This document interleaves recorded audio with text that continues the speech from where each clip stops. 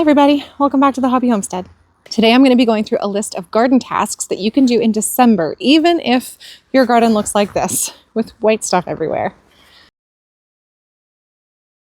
The first thing we're going to do is harvest some food. It's time for me to harvest some of these Brussels sprouts because they have been not well covered because of this plant is so tall. I just don't have row cover that is tall enough to keep this guy cozy and tucked in. So I'm at least going to get this Brussels sprout plant out of here, and I think I can leave the other two for now. To make things easier for me to see what I'm doing, I'm going to remove the leaves. This is something you can do all throughout the season as they grow.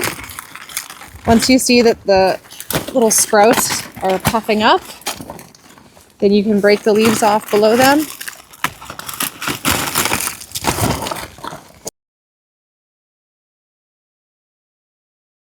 So Brussels sprouts are one of those things that does make a great winter meal from the garden if you live in a cold climate. Here's some baby Brussels sprout plants that were coming up from the main stalk. And you could leave these to grow. You can also eat these. We have these in stir fries sometimes, the offshoots, and they're delicious. I might need to go and get a better tool. I need to go get my loppers. Oh boy.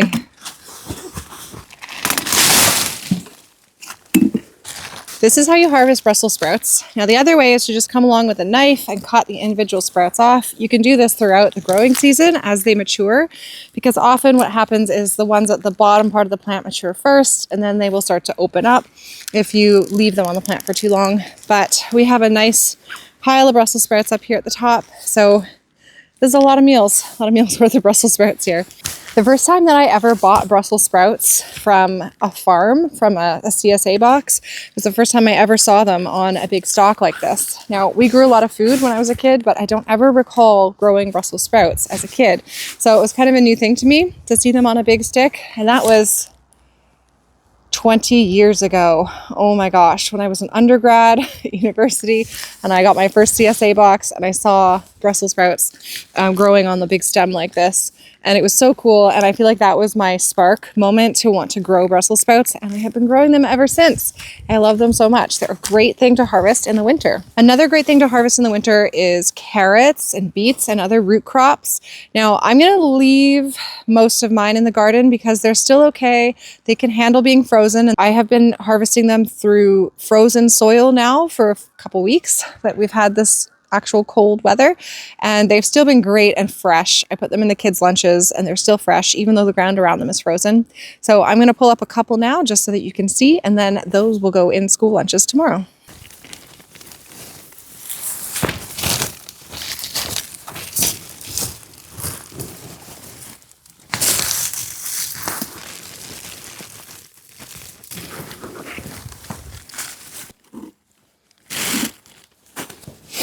I grabbed a couple of carrots and also a fennel. This fennel is frozen solid.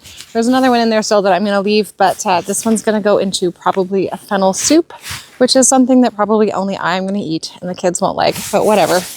We have our Brussels sprouts all tucked back in, and I've opened up this cage here, which was never meant to be for plastic to be draped over, but I'm just using what I have, and I'm going to harvest a cauliflower. Now, cauliflowers normally would not leave out in prolonged freezing. They can handle frosts for sure, but it's been very freezing for a while, and so this guy has turned all yellow. And once it cooks up, it'll be fine. I was going to roast it, but I don't have an oven yet after my oven broke, so I'll probably end up maybe cooking this up into a curry. This is my harvest for today. We have some Brussels sprouts, fennel, carrots, and a very frozen cauliflower that was forgotten about. So those are some good things to grow in December if you have your garden set up for fall and winter growing. There are also things that you can leave in your garden. I'm leaving things like spinach and kale, even some bok choys under cover. My celery is completely frozen, and I do need to get around to bringing it inside and dehydrating it or leaving it frozen so I can use it in broths. What else? Swiss chards will do okay. So you can leave things like that in the garden along with a lot of those root crops like carrots and beets, and come and get them as you need them, but you will have to hack them out of frozen soil. So harvest these things now in December if you haven't already, or just kind of get prepared to let them stay in the ground over winter until you can get them out again in the spring. Another thing that it's a good time to do right now in the garden is to protect young trees and shrubs from rabbits. This is how I tend to protect my fruit trees. I really like using wire fencing around the trees because if you do like I've done over here, this is as far as I've gotten with this tree. If you just wrap that plastic wrap around the base of the tree, as the snow gets deeper throughout the winter, it rises up and up and up, and soon that plastic is gone under the snow. And the rabbits right now could walk along and eat my tree branches around here. And I'm behind getting a couple of my trees protected, so I better do that now. There we go. I got this one completely wrapped. It's nothing fancy. It's just a way to keep the rabbits from eating the lower branches. Now, I keep my fruit trees pruned really low. They have a low crotch. That means that the main scaffolding branches will come out kind of low to the ground, like 2 to 3 feet from the ground. And that makes them extra vulnerable to rabbits. But it's worth it to me to keep a low profile fruit tree in my small garden space. Now, this is my peach tree. And it has a large trunk now. It's probably 6 inches in diameter. And this is the first year I'm actually going to leave it unwrapped. And I hope I don't regret that. But I think rabbits prefer young trees. But you can see I've also caged off my plum tree. There's a baby pear tree in here that's caged off. Like that. And then any fruit trees along the hill, I do that too. And a couple of my berry bushes that are slower growers, like my haskaps. I also wrapped them in chicken wire. And also just small saplings of non-food trees. So I have a little paper birch and a black gum tree and my sugar maple. They are all wrapped because they are very slow growers and I don't want rabbits to come and waste the last couple of years that I've already invested in these trees. You may think of this season as too late for planting bulbs like tulips, but I love the idea of having tulips early in the spring, well before they're actually blooming outside. And I know people do this frequently with things like amaryllis, where it's a bulb that you bring inside and then it blooms throughout the darkest months of the winter. But amaryllis is super toxic to cats, so I don't do that. Instead, I'm going to be growing tulips in my house this winter. Actually, they're going to be growing in the garage because tulips need about 12 to 14 weeks of vernalization or being cold like they are outside under the ground, and then you can bring them inside and watch them bloom. Now, the trick is to bring them inside after about 12 to 14 weeks and put them into a very brightly lit but cool space. This can be tricky. I'm going to be putting mine in my basement bathroom, which is like 15 degrees Celsius in the late winter. And I'm also going to be putting a grow light on top of them to get them to start growing. And then once they are about 2 to 3 inches tall, I'm going to bring them upstairs into my main living space. They can sit on the table where they will continue to grow and then bloom. You can really cram them in here about 1 centimeter apart. So I was able to fit a bunch of bulbs in this one pot. And then I had some leftover bulbs. And this random little pot here, it doesn't have drainage in it. So what I did was took 2 little plastic inserts that have drainage. I fit 3 bulbs per pot. So there'll be 3 coming up this side, 3 coming up this side. And what I plan to do in the spring is to put some sphagnum moss or some sort of dried moss around all of this and on top of these, because I think it'll just make it look more Eastery, which is about when these will be blooming. This garden task is not my favorite, believe it or not. I'm more of a food grower and less of a decorative arranger of flowery things. But I do like having a Christmassy urn out on my porch every winter. And I'm really fortunate to have the places to go and forage for this greenery. Otherwise, it would be so expensive.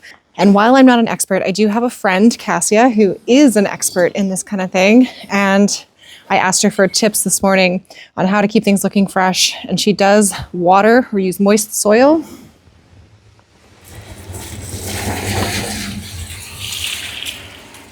So I have soil in my urn here. This is where I have my big Boston fern through the summer and fall. I also have some birch logs that we use every year. And I'm going to use them as the centerpiece here. I don't know much about design, but I believe that you should do things in threes. And I think I'm going to use these cedars as the base layer. Another piece of advice that my friend Cassia gave me was to forage the healthiest looking branches you can get. That if you have some that are already starting to look gross when you pick them, obviously they're not going to last that long in an urn.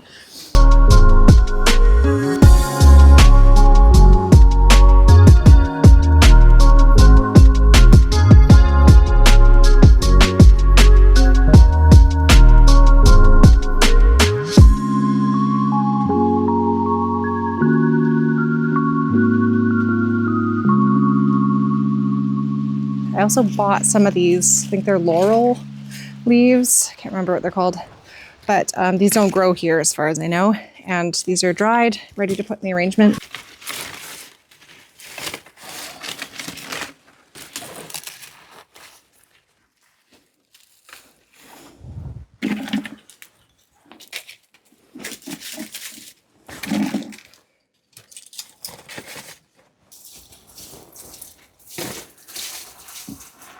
There's our planter. I'm not a pro, but it'll do.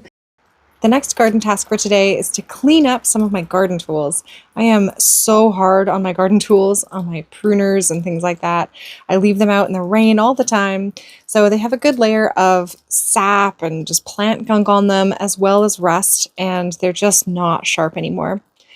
I'm not really the one to teach you how to take care of garden tools because I am obviously so bad at it, but this is what I do when I get around to it. I start by giving them a good clean. Usually just alcohol and a scrub brush is enough. Once I get them relatively clean, I'm using a steel brush to scrape any rust off of them.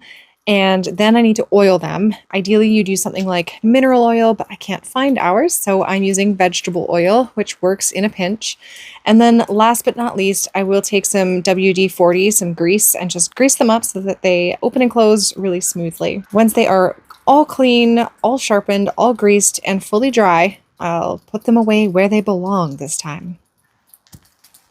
The last thing I have on my list of garden tasks for this time of year is to keep outdoor animals cozy. Speaking of outdoor animals, gotta love those geese. Anyway, keeping them cozy. For me, that means my chickens get lots of extra bedding and lots of fresh water, which in the winter means buckets. And cobs of corn, dried corn.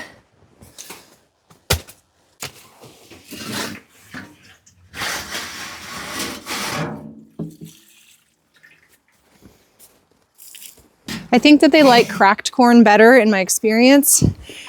They eat it, and then digesting that corn helps warm them up. However, I had this corn free, so that's what we're using. I also have a heated base for my waterer. Hi, chickens.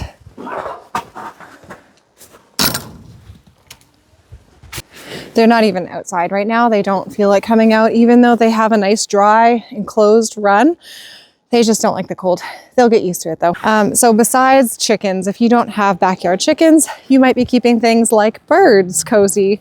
I like to feed the birds in the winter, but not in the summer.